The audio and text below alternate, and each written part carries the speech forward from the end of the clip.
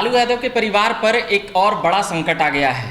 मगर लालू राबड़ी के बाद सीबीआई ने तेजस्वी यादव पर चार्जशीट की है और खबरें बहुत सी बननी शुरू हो गई है। बात यह है कि अभी वह उप मुख्यमंत्री हैं और आगे वह रहेंगे नहीं रहेंगे, इसको लेकर भी खबरें खूब चल रही है। इन तमाम मुद्दों और बातों पर बात करेंगे। जिस प्रकार से नौकरी के बदले जमीन लेने की जो बातें सामने आई है, उसके नियमित अभी वरिष्ठ पत्रकार श्रीकांत प्रत्युष जी हैं, अभी समझाएंगे तमाम बातें। सर, जिस प्रकार से तेजस्वी यादव पर भी काफ़ी गंभीर आरोप और कह सकते हैं अब सीबीआई ने तो चार्जशीट कर ली है, तो पूरी तरह से कह सकते हैं कि नकेल कसने की जो बातें हो रही थी वह अब सामने आ गई है। पहले तो मैं ये बात बता दूं, मेरे हिसाब से तेजस्वी यादव को कोई गंभीर आरोप नहीं है जी, आप जान लीजिए। ये जो ठीक है, सीबीआई ने लैंड फॉर जॉब स्कैम में लालू यादव, राबड़ी देवी, उनके पूरा परिवार समेत, जिसमें तेजस्वी यादव भी शामिल हैं, 17 लोगों के खिलाफ आरोप पत्र दायर कर दिया है। पहले नाम तेजस्वी यादव का इसमें नहीं था जी, लेकिन अब उनके खिलाफ भी आरोप गठित हो गया है। मतलब संकट में तो है पूरा लालू परिवार। तेजस्वी यादव उप मुख्यमंत्री हैं और उनको मुख्यमंत्री बनाए जाने की चर्चा भी बहुत तेज़ रफ्तार से आगे बढ़ रही है। कब बनेंगे पता नहीं, लेकिन फ्यूचर में तो मुख्यमंत्री हैं, फ्यूचर के मुख्यमंत्री हैं, मानकर चलिए। लेकिन उसके पहले जिस तरह से उनको दागी बना दिया गया, उनके खिलाफ सीबीआई ने आरोप पत्र दायर कर दिया है, तो ये गंभीर मामला है। मैं इसलिए कह रहा हूँ कि मैं उनको पूरी तरह से दोषी इसलिए नहीं मानता क्योंकि ये मामला 2006-07 का है। और उस समय वो 15-16 जब रेल मंत्री थे लालू यादव जी, और तेजस्वी यादव की उम्र 15-16 नहीं 13 साल की थी। अभी वो 32 साल के हैं जी। तो 13 साल की उम्र में उनके पिता ने अगर उनके नाम से कोई प्रॉपर्टी ले भी ली हो तो उसके लिए नाबालिग बच्चा कैसे दोषी हो सकता है जी? आप सोचिए खुद जी कि कोई पिता अपने बेटे के नाम कोई प्रॉपर्टी लेता है तो नाबालिग बच्चे को क्या पता है कि पिता क्या कर रहा है, पिता वो कैसे मना कर सकता है जी?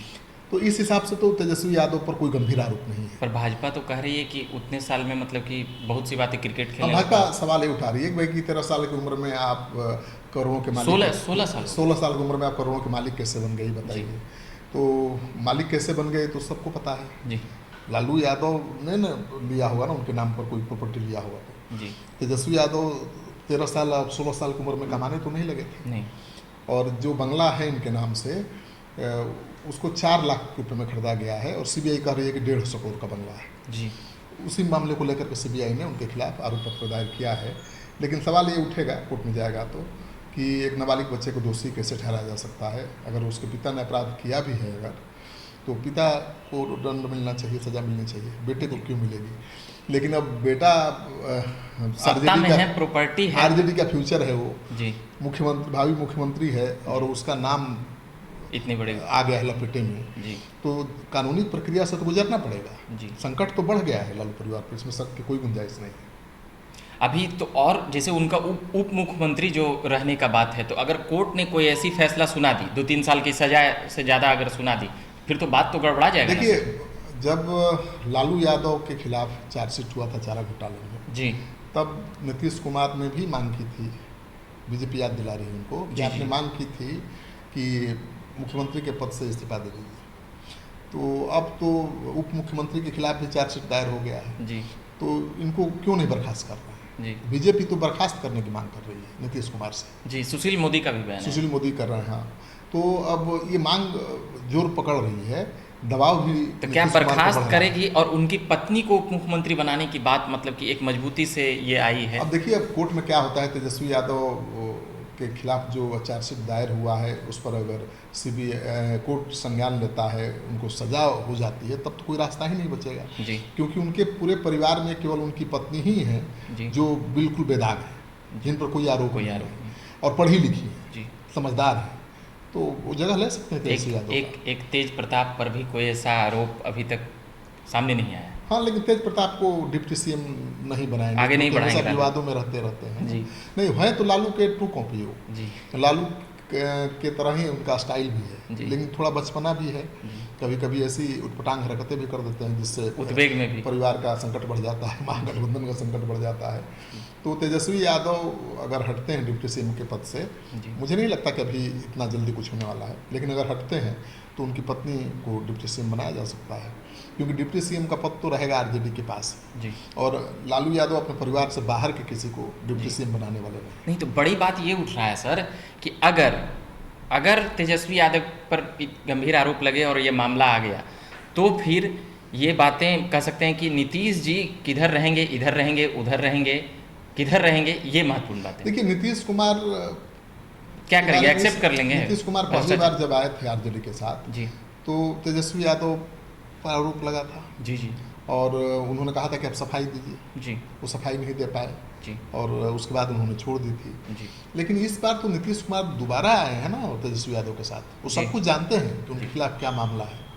हाँ, और खुद नीतीश कुमार कहते हैं कि जब तेजस्वी यादव उनके साथ आते हैं, लालू यादव का परिवार उनके साथ आता है, तो उनके खिलाफ ईडी सीबीआई की कार्रवाई तेज हो जाती है। जी। तो आप खुद मानते हैं कि ये राजनीति से प्रेरित है और अब सब जानते हुए उनके साथ आए हैं, तो जी। दोबारा अब नीतीश कुमार बीजेपी की तरफ भाग जाएंगे मुझे नहीं लगता है, एक क्योंकि बहुत आगे बढ़ चुके हैं ना, विपक्षी एकता को लेकर नीतीश कुमार बहुत आगे बढ़ चुके हैं। जी पटना में 23 जून को बड़ी बैठक करा चुके हैं विपक्ष के नेताओं की। जी इतना आगे बढ़ जाने के बाद अब बैक होने का रास्ता तो बंद है मुझे लगता है। जी एक बड़ा सवाल उठ रहा है सर कि केंद्र सरकार सीबीआई और ईडी का क्या दुरुपयोग कर रही है, विपक्षियों के खिलाफ अपने नेताओं पर कम करती है या नहीं करती है, ये बातें सोशल साइडों पर चल रही है। देखिए बिल्कुल ये आम आदमी के दिमाग में ये बात तो जरूर है कि कहीं ना कहीं सीबीआई ईडी का दुरुपयोग किया जा रहा है। जी अब देखिए कि प्रधानमंत्री गए थे मध्य प्रदेश में, जी अपनी सभा में उन्होंने खुलेआम धमकी दी, अंगुली दिखाकर पूरा उंगली दिखाकर नाम लेकर धमकी दी कि इन परिवारों नेताओं पर इतना लाख करोड़ रुपए का घोटाले का आरोप है, किसी घोटालेबाज को छोड़ूंगा नहीं। और उसके कुछ दिन बाद ही आपने देखा क्या हुआ महाराष्ट्र में, जी मैम, शरद पवार की पार्टी टूट गई। अजीत पवार जो घोटाले के आरोपी थे 70,000 करोड़ के जिस घोटाले पर के देवेंद्र आरोपी। फडणवीस का बयान आ रहा था कि चक्की हाँ पीसिंग जी, अजीत पवार वही वो है उप सरकार में मुख्यमंत्री शामिल हो उनके गए, साथ। उप मुख्यमंत्री बन गए। पर सर तो दूसरी बात जी, ये जी, है समझे। कि राजनीति के जो जानकार हैं जी उनका मानना है कि जो तेजस्वी यादव के खिलाफ आरोप पत्र दायर हुआ है, इसका मकसद केवल ये है कि महागठबंधन जो बन रहा है जी उससे आरजेडी को दूर रखना है। मतलब जी। महागठबंधन विपक्षी एकता जो बन रही है उसको तोड़ना है। जी देखिए 2015-17 के बीच भी लालू प्रसाद से जी बीजेपी के नेताओं ने संपर्क साधा था, ऐसी चर्चा थी। जी सुने हैं और मुख्यमंत्री बनाने और की फिर अब चर्चा है कि तेजस्वी यादव लालू प्रसाद बीजेपी की शरण में नहीं जाते हैं अगर, तो उनको जेल जाना पड़ सकता है। महागठबंधन से अलग करने के लिए दबाव बनाया जा रहा है जी या बनाया जा रहा होगा, ये कहा जा सकता है। जी। और आरजेडी के लोग तो आरोप लगा ही रहे हैं जी। कि ईडी सीबीआई का दुरुपयोग सरकार कर रही है। जी नहीं तो तेजस्वी यादव किस हिसाब से एक नाबालिग होते हुए इस मामले में आरोपी बन जाएंगे। जी। तो राजनीति में कुछ भी होता है।